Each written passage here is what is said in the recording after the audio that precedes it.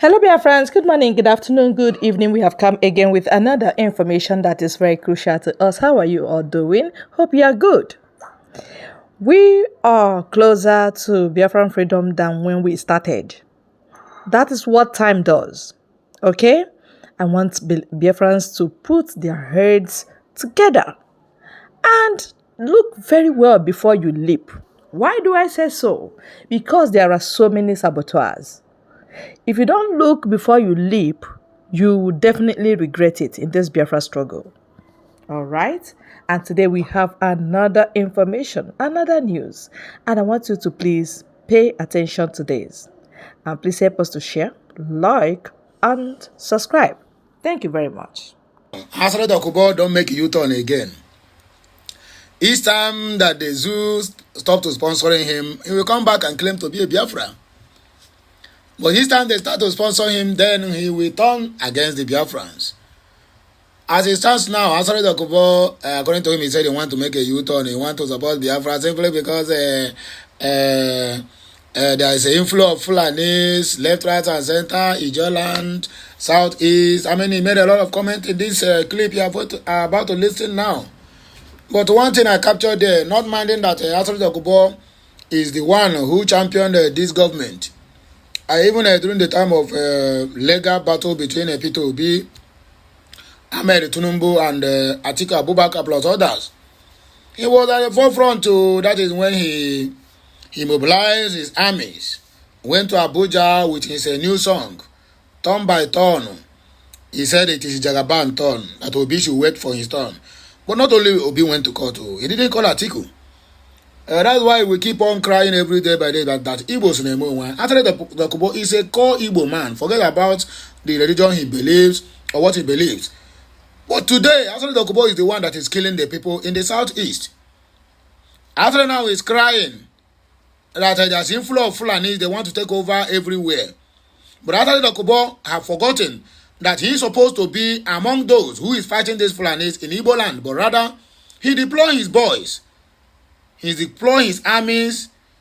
According to him, the last time he made comment, he said his boys is fighting side by side with Nigerian military and navy in Osina and Akokwa against the Biafrans. Who are the IPOB? IPOB is Indigenous People of Biafra, which means he is mobilizing his boys, his armies to be killing his own people. But now, the Fulanis now is about to take over everywhere, including the southeast. If you keep on telling yourself that allow God to judge, my brother, we all is going to wait till eternity and God will never judge anybody. These people have already have this mindset, or rather it have occurred to them that the Igbos, the Biafrans, which are being dominated by Christians, will always tell you, please don't revenge. God will take care of it. And they know that there's nothing of such. They know that there's nothing of such. We have already lived the principles of way of living life for an eye and nose for nose. He who live by sword should die by sword. That is what the tradition of Igbos is all about. But they came and said that with this, we can never allow them to go scot-free whatever they did to us. Then they give us faith. I mean, the Christianity, that is what they broke, and they spoil our land. They give us faith. Imagine a governor of Ebonyi State telling Ebonyi people not to revenge. That strangers is the one that invade your land. While you know that they are Fulanis, you don't want to call them by their names. And you tell them to pray to God. That God will go to catch them. That vengeance belongs to God. And the people who are killing you don't even know about the God you are talking about. So the earlier we started to do the right thing, the better for all of us. As for Asari Dokubo, there's no remorse. If you like, he can say that his entire generation will belong to Igbos. We don't care. Because he is a very big threat and a saboteur who kills his own people simply because he wants to make a point before the federal government. Now the same government now has started sponsoring him. He come back now to cry. Anyway, I would like you to listen to him. There's no two ways about that. And he who alleges must prove. So he have alleged some things here, and I would like you to listen to him for him to prove it. and sisters, something seriously is happening. Something very serious is happening. And our so-called political elites and leaders do not care. They're not doing anything about it. They feel very unconcerned about it. Our political elites do not care about it. Our people are left brutalist, tossed here and there by the tempests and the winds of the sea.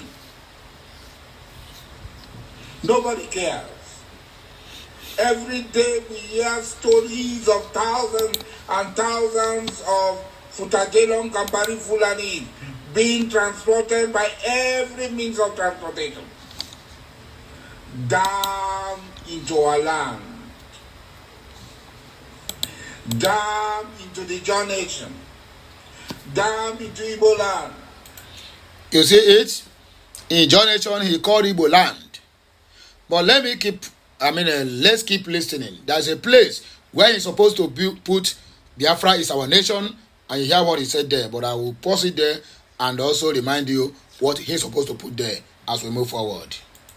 Down into Chekere land, down into Okoni land, down into Yoruba land, down into Edo, every day.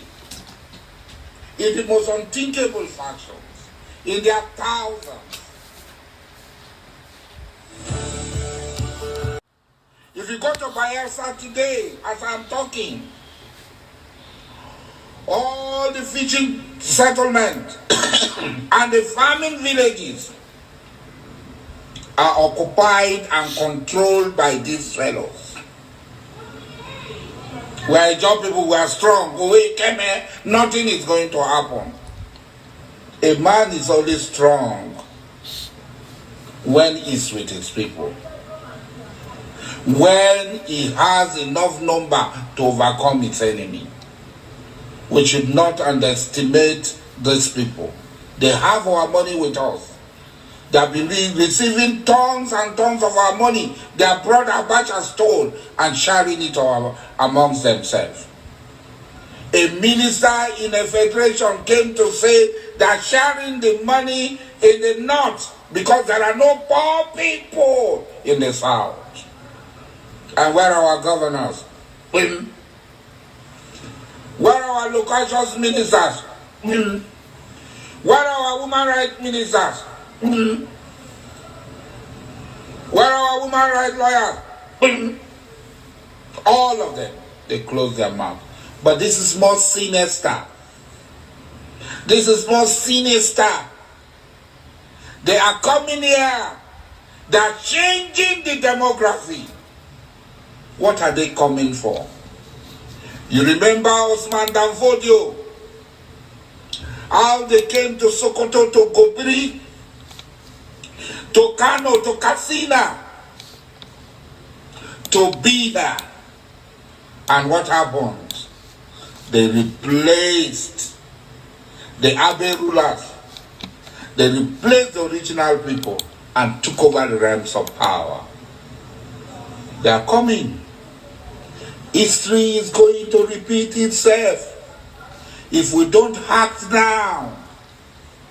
They are coming. History is going to repeat itself if we don't act now. They are not pretending about it. They are coming with war, destruction and death. They are coming to occupy our land. Why you cannot go to your community? In Obama, how many Obama people are at home? They are leaving their home and they are coming here. Obama is a village. You cannot come to Obama. Those of us who live in Obama, we are backward people. Buguma is a village. Abonima is a village. You don't care. You are not bothered. But when death will come, it will not only come for Dokubo Asari. When the evil and the tribulation will come, it will not come for only Dokubo Asari. It will come for all of us. I'm smarter than you. I know that I'm more prepared than you. And when it comes, I will also run faster than you. To be forewarned is to be forearmed. It's not grandstanding like Wiki. I caught 14 people grandstanding. This is beyond grandstanding. This is a time for strategy. This is a time for consultation. This is a time for meeting. Our very survival is at stake. We must stand up and defend ourselves, or we will all perish in the hands of these blood-tasting monsters who will give us the Sokoto treatment. And I don't hear them finish. You know, when I keep on shouting here that our land is not safe, what I keep seeing at the comment section is God will judge them. Our land is not safe. These people have surrounded everywhere. You see, he said they are being transported into our territory by any means of transportation. In other words, they can go by air, they can go by sea, and they can go by land, and they can go through bush. Nigeria as a whole, not only the southeast, is not safe. Nigeria will be worst hit if they didn't do anything now. Southeast will be worst hit if they didn't do anything now. These people from the Western Sahel want to change the demography of Nigeria to another country. In a way that you are waking up into another country that another people have colonized you and take over your country by fire, by force, and force their religion and everything on you. Any Nigerian now who did not wake up, any Biafran who did not wake up, waiting for God to intervene, my brother, you are going to wait in your grave. That is the simple truth. Let us live faith and fight the battle before us. Let us live faith and focus our life and our daily dealings on principles. Onye megi megwara ya. Okwu onye maya sị na Bible gwa aga ma gora nke ito no nka anwa. The God of Israel you are calling cannot help you. Because even Israel itself don't even need God to go and challenge Hamas. What they need is proper equipment and the fighting force to defeat Hamas. But Africans and the Nigerians are busy calling the God of Israel to come and intervene and save you from who? From the blood-thirsty demons. But the same Bible that tell you if they slap you, you turn this way. That is the same Bible that tell you that kingdom of God suffered violence, that the violent one take it by force. But some people will not read this verse to you. They will only tell you that vengeance is of God, or vengeance is mine, says the Lord. And people are dying every day without God, without no any single vengeance. Fulanis have been killing the Biafrans for how many decades now? The vengeance we have been waiting for have never taken place. Let us live faith and fight the battle before us in principles of living. Iko to me see my brother Marco to ike. I want to to me in Chevotli, the issue that complete before and 2000 gabi revenge him. Ota ko hanum nonu.